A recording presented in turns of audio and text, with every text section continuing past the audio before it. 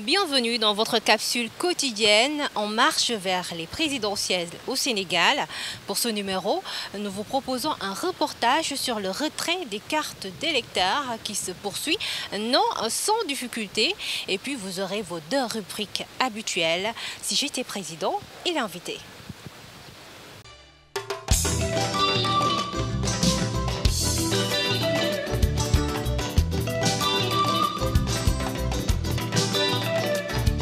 À quelques jours du scrutin présidentiel prévu le 24 février prochain, le retrait des cartes d'électeurs n'est toujours pas effectif. Installés dans les communes pour veiller au bon déroulement du scrutin présidentiel, les commissions administratives attendent encore leurs citoyens. Mais en attendant, des appels sont lancés pour accélérer le retrait des cartes. Suivons ce reportage signé Aminata Thiam et Bachir Bodian.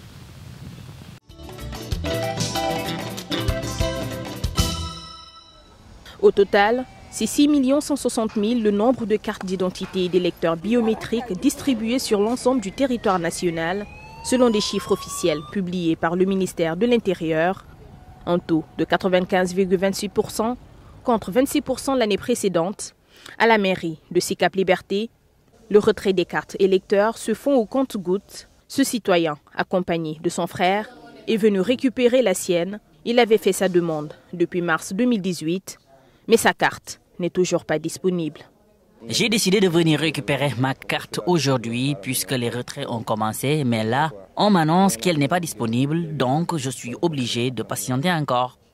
Des commissions administratives ont été installées dans chaque commune du pays pour les réclamations et la facilitation de la distribution des cartes jusqu'au 23 février, veille du scrutin présidentiel. Les appels de ces commissions et de la société civile nationale se font de manière permanente sur le terrain pour que tous les inscrits puissent accomplir leurs droits civiques. On a des démarches qui ont été faites, il y a des spots qui passent à la télé. Bon. Nous aussi on fait la sensibilisation, de temps en temps il y a des personnes qui viennent ici pour avoir la bonne information, donc on leur communique la bonne information. En perspective donc de la présidentielle du 24 février qui met en liste 5 candidats dont le président sortant Macky Sall, la société civile également encourage les citoyens à retirer leurs cartes d'électeurs, des appels qui seront réitérés pendant la campagne électorale qui débute ce 3 février. Dans votre rubrique « Si j'étais président », des citoyens se sont exprimés sur leurs aspirations. Je vous propose de les écouter.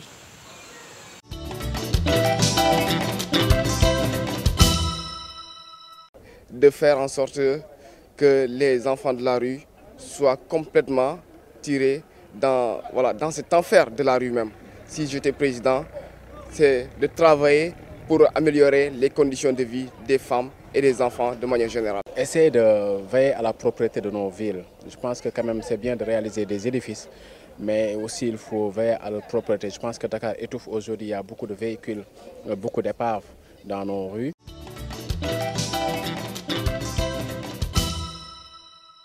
Place à présent à la rubrique invité. Aujourd'hui, nous recevons M. Ning, membre de la direction de GRADEC, le groupe de recherche et d'appui pour la démocratie participative et la bonne gouvernance, une organisation de la société civile. Et avec lui, bien sûr, nous jetons un regard sur le retrait des cartes d'électeurs. Bonjour, M. Ning. Bonjour, Madame Cissé. Alors, M. Ning, vous avez parcouru 22 des 45 départements du pays pour suivre et faire le point sur la distribution des cartes d'électeurs. Quel constat général faites-vous de cette mission? Nous avons dans l'ensemble au Sénégal un assez bon, je dirais même un bon système électoral, mais qui malheureusement continue de comporter un certain nombre de points de vulnérabilité, dont le fichier et dont la distribution des cartes. Pour illustrer cela, c'est qu'on a noté à la fois un certain nombre de dysfonctionnements dans la distribution des cartes et également une certaine lenteur en général, malgré le taux affiché évidemment par les autorités. Alors, M. Ning, le ministre de l'Intérieur a déclaré en début février que 96% des cartes biométriques ont été retirées. Et partagez-vous cette déclaration du ministre? Ce que nous avons relevé sur le terrain, c'est que pour 45 départements, le pourcentage proclamé par le ministre correspond à 242 902 cartes d'électeurs restantes,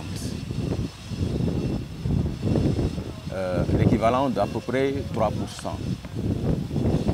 Or, rien que pour 22 départements, nous avons relevé un total de 272 141 cartes qui restent. Vous voyez là, donc il y a une incohérence à ce niveau-là.